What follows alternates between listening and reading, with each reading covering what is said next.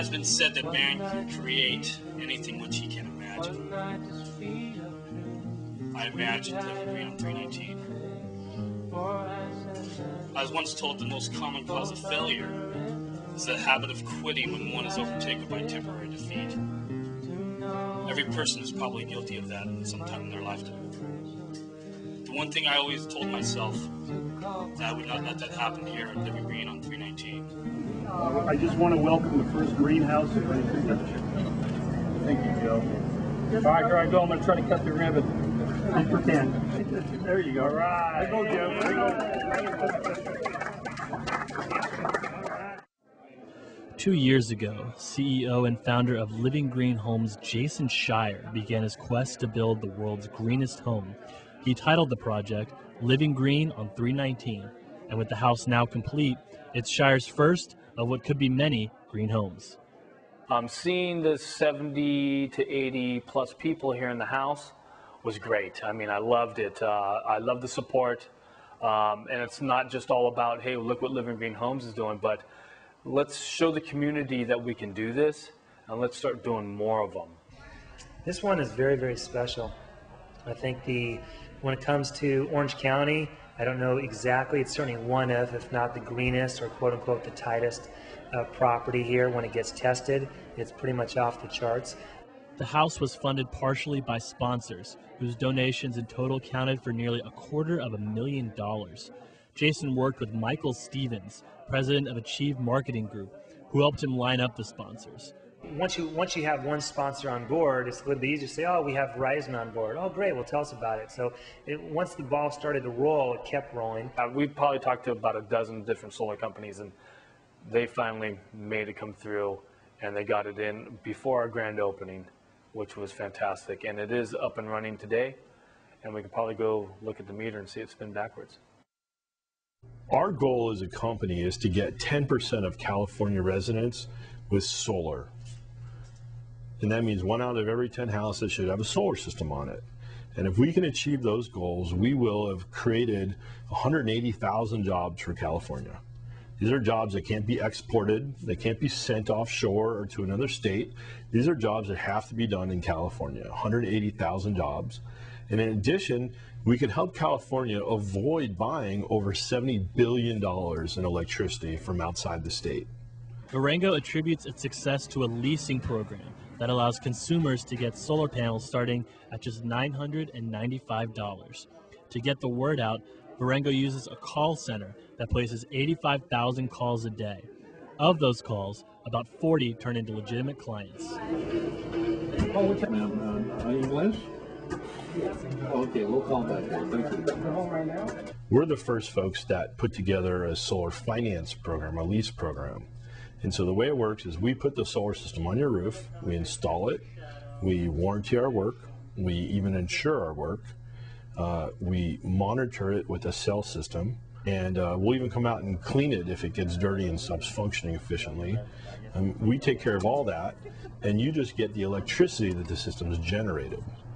According to a green building study by Gregory Katz of Capital E Consulting, buildings consume 70% of the nation's electricity. However, green homes use solar to cut down that electricity and ultimately use 30% less energy than conventional buildings on average. If you can see it, it's working.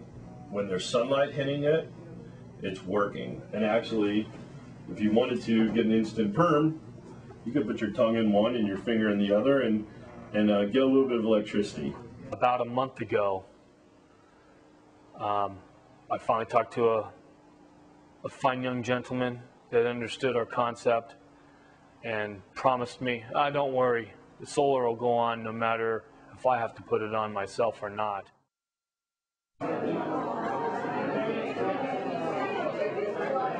Well, they say green homes aren't more expensive, but it depends on what level you are going for.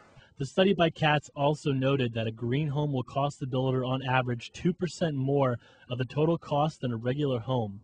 But for home as green as Jason's, that number can rise above 6.5%. This is it for me. This is the highest I've seen. So I've seen multifamily projects with 100 points, and for multifamily builders, that's a great endeavor. Nathan Krantz is a home inspector for Build It Green, a nonprofit inspection service. Krantz is rating just how green Jason Shire's construction really is. Build It Green gives points for green alternatives, like using LED lights instead of less energy efficient standard light bulbs. I've seen commercial projects go for LEED Platinum.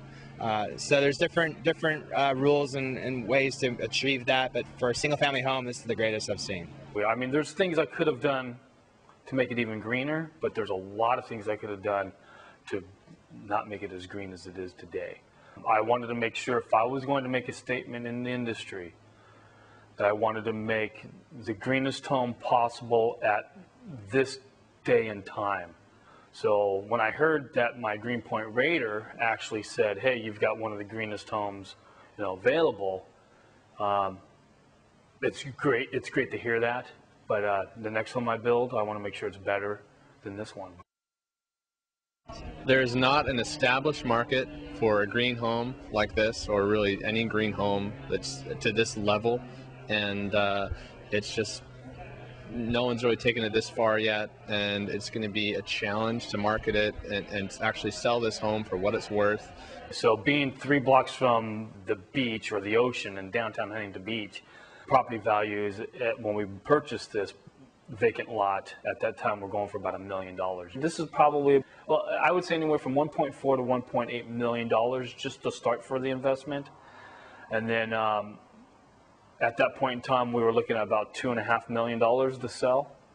But now, because the economy hit, we're hopefully this drive right around $2 million for the price of this house. I think it's going to come down to taking homes that are similar to this home in similar to this home in this neighborhood, and then pulling the value of all the different green features, the insulation, the different HVAC system, and adding those back on top of whatever this home would sell for if it was not green. Jason says in order to find a buyer for his home, it's going to take someone that is a visionary in the industry. Green experts like Nina Chow, a professor of architecture at the University of Southern California, are noticing that homeowners' habits are just starting to change. The mentality has always been, for let's say a homeowner, is to buy a home, upgrade it, and then, or let's say renovate it a little bit, or even just live in it for a few years, and then upgrade to a better home. They're starting to realize that doesn't seem to make sense anymore. Maybe we should be building quality buildings from the beginning. We're trying to just enlighten people, let them know that there are homes that exist now that these people that are sensitive to interior toxicities can actually comfortably live in, and get it out to the doctors, and not so much try and shove that it's green down people's throats. You can see that, people are wanting to make the change, but it's a lot slower than everybody would have preferred to be. I think in the long run, it's worth it to be on the forefront and to help the industry grow and do things right. There's always got to be somebody out there to do it, and I'm not the only one. There's a lot of pioneers out there doing it right now, which is great. It's hard to give it up because it is it's like your first child. This is my first baby, and I'm excited, but deep down inside, I know it's a project, and I know I can do better. Living green on 319 was an idea. Then it became a labor of love. Then it became a labor of hate. And then I think it came into fruition to be what it is today. I think most people can walk through that understand green and building science techniques and agree that this was done right.